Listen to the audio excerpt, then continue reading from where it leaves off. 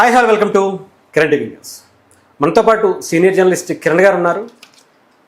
ప్రశ్న రావణ్ వెనక వైఎస్ఆర్సీపీ ఉందా అనేటువంటి మాటలకు కొన్ని వార్తలు అయితే నిజం చేకూరుస్తున్నటువంటి పరిస్థితి అయితే కనిపిస్తుంది. అవి తెలుసుకునేటువంటి ప్రయత్నం చేద్దాం. నమస్తే. నమస్తే హరీష్. ప్రశ్న రావణ్ వెనక ఇప్పటి వరకు ఆ పార్టీ ఉంది, ఈ పార్టీ మీద ఆ పార్టీ నిందలు వేసుకునేటువంటి పరిస్థితి కనిపించింది. బట్ మొత్తానికైతే ఒక క్లారిటీ వచ్చింది. ప్రశ్న రావణ్ తన ఆఫీస్ ఛానల్ ఏదైతే ప్రశ్న ఛానల్ అని నడుపుతున్నాడో అది ఒక వైఎస్ఆర్సీపీకి సంబంధించినటువంటి నాయకుడిది. మాదాపూర్ బాను ఎలైట్లో 302 ఫ్లాట్ నెంబర్తో సహా బయటకు వచ్చాయి. ఇతను వైఎస్ఆర్సీపీకి సంబంధించినటువంటి నాయకుడు, ఆ పార్టీకి ఆ సామాజిక వర్గానికి సంబంధించినటువంటి వ్యక్తి అనే కూడా బయటకు వస్తుంది. అంతేకాదు ఇక చాలా ఈ మధ్యన ఆ ఛానల్లో పనిచేసేటువంటి అమ్మాయి కూడా జగన్మోహన్ రెడ్డి గారిని కలవటం, పొన్నవోలుని తీసుకురావటం, అంబటి రాంబాబు గారు ప్రశ్న రావణ్ణి గెలిపించుకోవాలి అని చెప్పటం, ఇవన్నీ ఎలా చూస్తారు? అంటే వాస్తవానికి మొదటి నుంచి మనం చెప్తున్న అనేక వీడియోల్లో మనం చెప్పుకుంటూనే ఉన్నాం మన కిరణ్ టీవీ న్యూస్లో. ఒక యూట్యూబరు పెద్ద పెద్ద వెహికల్స్లో తిరగటము, అంటే యూట్యూబర్ అంటే చిన్నప్పటి నుంచి ఆయనకి హంసతూలికా తల్పాల్లో పెరిగి ఉంటే అది వేరే. వాళ్ళ నాన్నగారు ఒక రైల్వే ఉద్యోగి, రిటైర్ అయిపోయిన తర్వాత కూడా అవుట్ సోర్సింగ్లో మళ్ళీ చేస్తున్నాడు. బాగా డబ్బులు ఉంటే అవుట్ సోర్సింగ్ మళ్ళీ రెస్ట్ తీసుకోవచ్చు. అవుట్ సోర్సింగ్ ఏం చేస్తారు? అవుట్ సోర్సింగ్లో మళ్ళీ ఆయన పని చేస్తున్నారు. అది ఆయన కుటుంబ స్థాయి. ఆ తర్వాత మనోడు ఒక దగ్గర ఉద్యోగం చేసేవాడు, ఆ ఉద్యోగంలో ఫ్రాడ్ చేశాడు. ఫ్రాడ్ చేసిన తర్వాత తీసేశారు. తర్వాత లైంగిక వేధింపులు, ఆడవాళ్ళకి ఈ వ్యవహారాలన్నీ ఈ చెత్త చెదారం వ్యవహారాలన్నీ కూడా న్యూసెన్స్ వ్యవహారాలన్నీ కూడా కలిగి ఉండేవాడు ఈ రావణ్. అయితే రావణ్ అనేవాడు ఇవాళ ఒక్కడిగా చేశాడా, వ్యవస్థగా చేశాడా అనేది ఇవాళ మనం మాట్లాడుకోవాలి. అలాంటి వ్యక్తి ఇవాళ ఉన్నట్టుండి పెద్ద పెద్ద కార్లలో తిరగటం, చుట్టూత బౌన్సర్లను పెట్టుకోవటం, ఇవన్నీ దేన్ని సూచిస్తున్నాయి? అతని వీడియో మేకింగ్ కూడా చాలా కాస్ట్లీగా ఉంటుంది. మ్యూజిక్స్ పెట్టుకోవటము, రకరకాల షార్ట్స్ వేయటం, ఇవన్నీ కూడా చాలా మేకింగ్ కూడా ఉంటుంది. ఎందుకంటే చాలా మంది ఉంటే తప్ప మనం యూట్యూబ్ నడుపుతా ఉన్నాం కదా, చాలా పెద్ద ఎత్తున మ్యాన్ పవర్ ఉంటే తప్ప సాధ్యమయ్యే పని కాదు. సో ఆ రకంగా చేయటానికి అతనికి యూట్యూబ్ డబ్బుల మీద అతను ఆధారపడట్లేదు, బయట డబ్బులు అతనికి వస్తున్నాయని అనేక సందర్భాల్లో నేను చెప్తూనే వస్తున్నా. తాజాగా ఇప్పుడు బయటపడుతున్న అంశాలు, ఈ గగన అనే అమ్మాయి వెళ్ళి జగన్మోహన్ రెడ్డిని కలవటం, ఆయన ఆశీర్వచనం ఇవ్వటం, ఆ తర్వాత పొన్నవోలు సుధాకర్ రెడ్డికి కేసును బదిలీ చేయటం, వైఎస్ఆర్సీపీ నేరుగా రంగంలో దిగి న్యాయ సహాయం అందించడం, ఇవన్నీ చూస్తుంటే వైసీపీ ఉంది అని. అంటే వైసీపీ ఉందంటే సడన్గా వచ్చిందా వైసీపీ అంటే కాదు, చాలా రోజుల నుంచి వైసీపీ ఉంది. దానికి సంబంధించిన ఆధారాలు ఇవాళ తాజాగా బయటపడుతున్నాయి. మాదినేని ఇంద్రసేనానాయుడు అనే వ్యక్తిది ఆ ఫ్లాట్. ఇప్పుడు ఇంతకుముందు మీరు చెప్పారు కదా, ఎలైట్లో ఒక ఫ్లాట్ ఉంది, 302 అనే ఫ్లాట్ ఉంది. ఆ ఫ్లాట్ ఎవరిది అంటే ఈ ఇంద్రసేనానాయుడు అనేది ఈ ఫ్లాట్. ఇంద్రసేనానాయుడు, మాదినేని ఇంద్రసేనానాయుడు. మరి ఈ ఇంద్రసేనానాయుడు ఎవరు అంటే మాదినేని ఉమామహేశ్వర్ నాయుడుకి తమ్ముడు, బ్రదర్. ఎవరి మాదినేని ఉమామహేశ్వర్ నాయుడు అంటే అతను కళ్యాణదుర్గం తెలుగుదేశం పార్టీ తరఫున టికెట్ ఆశించి భంగపడ్డ నేత. అతను టికెట్ ఆశించాడు, టికెట్ రాలేదు. చంద్రబాబు నాయుడు గారు అమీర్నేని, ఒక ఆయన పేరు సురేంద్ర, అమీర్నేని సురేంద్ర అని ఆయనకి టికెట్ ఇచ్చారు, గెలిచాడు కూడా. అయితే ఆ తర్వాత ఇతను వైఎస్ఆర్సీపీలో జాయిన్ అయ్యాడు. మాదినేని ఈ ఉమామహేశ్వర్ నాయుడు వైఎస్ఆర్సీపీలో చేరి అతని తమ్ముడితోటి ఈ ప్రశ్న రావణ్ణి లింక్ చేసి ఒక ఛానల్ పెట్టించారు. అంటే ఈ ఛానల్ ప్రశ్న రావణ్ ఛానల్ గతం నుంచి ఉంది, 6 ఏళ్ల క్రితం పురుడు పోసుకుంది ఈ ఛానల్. పెద్దగా వీడియోలు లేవు. అతని ఎజెండా ఏంటంటే హిందుత్వానికి వ్యతిరేకంగా పోరాడడం, హిందుత్వాన్ని వ్యతిరేకంగా చిత్రీకరించడం, నెగటివ్స్ హిందుత్వంలో చూడడం, హిందుత్వానికి వ్యతిరేకంగా స్టోరీలు చేయటం, నక్సలైట్లకు సానుభూతి ప్రకటించటం, కామ్రేడ్ అంటే ఒక లెఫ్ట్ ఓరియంటెడ్ భావజాలంతో ఉండటం, హిందుత్వ వ్యతిరేకత, లెఫ్ట్ ఓరియంటెడ్ భావజాలం, బీజేపీకి వ్యతిరేకత, మెగా ఫ్యామిలీకి వ్యతిరేకత. ఇతనికి మొదటి నుంచి మెగా ఫ్యామిలీ, చిన్నప్పటి నుంచి చిరంజీవి ద్వేషి. చిన్నప్పుడు ఇతను బాలకృష్ణ ఫ్యాన్ అట. అఫ్ కోర్స్ ఎవరైనా ఉండొచ్చు, ఎదవలు, లుచ్చాలు, చాలా మంది హీరోలకు ఫ్యాన్స్ ఉండొచ్చు, అది బాలకృష్ణ తప్పు అయితే కాదు కదా. సో అతను చిన్నప్పటి నుంచి బాలకృష్ణ ఫ్యాన్ అట, చిరంజీవి ద్వేషించేవాడట. ఆ రకంగా చిరంజీవి ద్వేషం అతని ఎజెండా ఇది. ఈ ఎజెండాతో ఛానల్ పెట్టాడు. అతని ఛానల్ పెట్టిన తర్వాత నుంచి 6 ఏళ్ల క్రితం ఛానల్ పెట్టాడు. ఆ తర్వాత పెద్దగా వీడియోలు అప్పుడప్పుడు ఒక వీడియో చేసుకుంటూ వచ్చేవాడు. సో హిందుత్వాన్ని వ్యతిరేకిస్తూ బాబు గోగినేని లాంటి వాళ్ళని ఎంకరేజ్ చేస్తూ రాధా మనోహర్ దాస్ని తిడుతూ వీడియోలు చేస్తుండేవాడు. ఆ తర్వాత క్రమేపీ 2024 తర్వాత జగన్మోహన్ రెడ్డి తోటి కనెక్ట్ అయ్యాడు.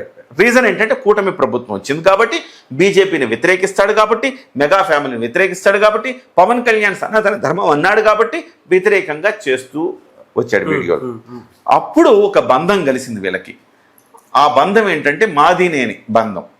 ఆ మాదినేని ఉమామహేశ్వర్ నాయుడు వాళ్ళ తమ్ముడైన మాదినేని ఇంద్రసేన నాయుడుకి ఆ ఫ్లాట్ ఇచ్చి, ఆ ఫ్లాట్ ఆయనదే, ఈ ఫ్లాట్లో మీరు ఆఫీస్ పెట్టుకొని చేసుకోండి, వెనక నుంచి ఆర్థిక సహాయం మేము చేస్తామని వాళ్ళు చెప్పడం. వాళ్ళ తరపున గగన అనే అమ్మాయిని, ఈ గగన అనే అమ్మాయి ఈ మాదినేని ఇంద్రసేన నాయుడు గారి బంధువు. ఈ గగనని ఆ ఆఫీస్ మెయింటెనెన్స్ కోసం చూసుకోవడం పెట్టడం, ఆడ పెట్టిన తర్వాత రావణ్ అక్కడ ఆఫీస్ పెట్టుకోవడం, ఒకవేళ ఏదైనా తేడా వస్తే ఇబ్బంది అవుతుందని అమీన్పూర్లో కూడా మరొక ఆఫీస్ పెట్టుకోవటం. మొదట్లో అమీన్పూర్లోనే ఉండింది అతని ఆఫీసు. సో అక్కడి నుంచి ఇక్కడికి ఈ కొత్త ఆఫీసులో ఎన్ని సర్వహంగులతో ఆఫీసు, ఇతనికి పేమెంట్లు డైరెక్ట్గా జగన్మోహన్ రెడ్డి నుంచి పేమెంట్స్, ఇట్లా మాదినేని గారి ఆఫీసు, ఈ మొత్తం వ్యవస్థ నడుస్తూ వచ్చింది. సో అందుకే ఇతను ఒక 2 నెలల క్రితం ఒక వీడియో చేశాడు. ఆ వీడియో మీకు వినిపిస్తా. వీళ్ళ బంధం ఎంత బలమైంది. ఏదో మనం చెప్పేశాము అని కాదు. ఈ మాదినేని ఉమామహేశ్వర్ నాయుడికి లేకపోతే మాదినేని ఇంద్రసేన నాయుడు వెనకుంటాడు, ముందు ఆయన సపోర్ట్ చేసేది మాదినేని ఉమామహేశ్వర్ నాయుడుకి సపోర్ట్ చేస్తాడు. నేను ఫస్ట్ లో మీకు వీడియో వేసాను చూసారా,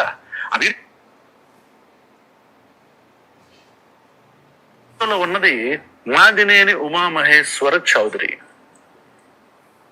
ఉమామహేశ్వర చౌదరి కావచ్చు, వాళ్ళ కుటుంబం కావచ్చు, వీళ్ళందరూ తెలుగుదేశం పార్టీ కరుడుగట్టిన కార్యకర్తలు. ఎవరు వీళ్ళు? నందమూరి తారక రామారావు గారు పార్టీ పెట్టినప్పటి నుంచి సంస్థాగతంగా క్రియాశీలకంగా వాళ్ళ కుటుంబంలో జిల్లా పరిషత్ చైర్మన్ దాకా, అక్కడి నుంచి ఎమ్మెల్యే టికెట్లు తీసుకునే వరకు వచ్చిన మాదినేని కుటుంబం ఈరోజు తెలుగుదేశం పార్టీ నుంచి ఎందుకు బయటకు వెళ్ళిపోయింది?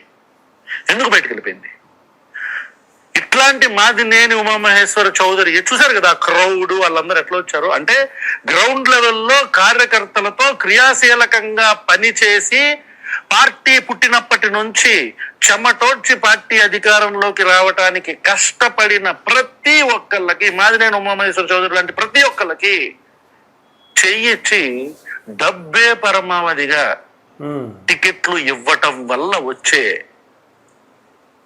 రిపర్కషన్స్ ఇవి. అది సపోర్ట్ గా వీడియో అమీర్నేని ఇప్పుడు దానికంతా లింక్ నేను చెప్పా, లింక్ వీడియో చెప్పా. ఇది ఎప్పుడో చేసిన వీడియో ఇది. అంటే ఇక్కడ మాదినేని ఉమామహేశ్వర్ నాయుడుకు సీట్ ఇవ్వలేదన్న కక్షతో, కోపంతో అతను వైసీపీకి వెళ్ళటం, వైసీపీలో ఉంటూ ఈ అమీర్నేని సురేందర్ ఎవరైతే గెలిచాడో అతనికి వ్యతిరేకంగా పావులు కదపటం, దానికోసం ఒక మీడియా సంస్థను ఉండాలని మనం అనుకోవటం. సో వైఎస్ఆర్సీపీలో చేరిన తర్వాత వైఎస్ఆర్సీపీకి అనుకూలంగా ఈ రావణ్ణి తీసుకొచ్చి ఈడైతే బాగా మాట్లాడతాడు, పరుష పదజాలం మాట్లాడతాడు, బాగా మాట్లాడితే రేపు పొద్దున ఏదైనా గీసులు పడితే ఈయనే బొక్కలు వేస్తారు, మనకేం సంబంధం ఉండదు, ఇలాంటి వాడిని కూర్చోబెట్టి మాట్లాడిద్దాం అనుకున్నారు. తీసుకొచ్చారు, వాడికి పేమెంట్లు ఇచ్చారు, మాట్లాడిచ్చారు. సో జగన్మోహన్ రెడ్డి గారు అండదండలు ఆ రోజు నుంచి ఉన్నాయి.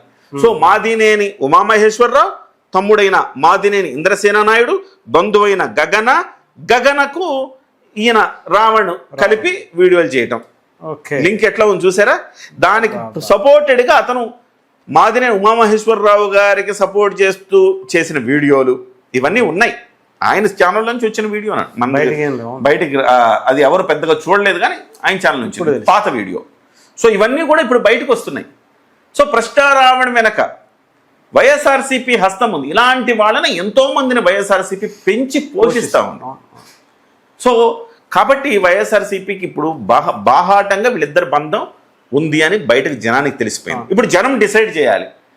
ఇలాంటి లుచ్చా పనులు చేస్తున్న ఒక వ్యక్తిని మీరు డబ్బులు ఇచ్చి సపోర్ట్ చేస్తుంటే మరి సాటి హిందువులు వైఎస్ఆర్సీపీకి ఎట్లా ఓట్లేస్తారు? పోనీ క్రిస్టియన్స్ ఓట్లు వేయాలా?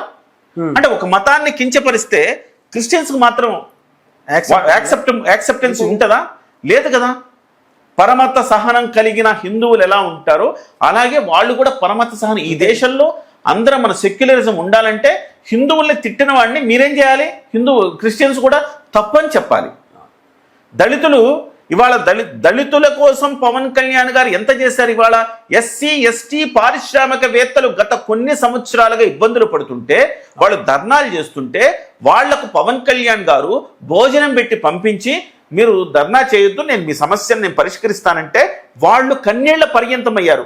మా సమస్యలు పవన్ కళ్యాణ్ గారు ఒక్కళ్లే విన్నారండి, ఇంతకాలం నుంచి దాదాపు 7-8 ఏళ్ల నుంచి పోరాడుతున్నామండి అని చెప్పేసి వాళ్ళంతా కన్నీళ్ల పర్యంతమయ్యారు. ఆ వీడియోలు కూడా సోషల్ మీడియాలో ఉన్నాయి, మీరు చూసే ఉంటారు. సో ఎస్సీ ఎస్టీలన్నా అడవి బిడ్డలన్నా పవన్ కళ్యాణ్ గారికి ఎంత ప్రేమ ఉన్నదనేది మనందరికీ తెలిసింది. మరి అటువంటప్పుడు ఒక దళితులైనా క్రిస్టియన్లైనా ఎట్లా ఈ లుచ్చా పనులు చేసిన వెధవలకి దేశద్రోహులకి ఎట్లా సపోర్ట్ చేస్తారు? ఇక హిందువులు అయితే డైరెక్ట్గా అసలు సపోర్ట్ చేయకూడదు.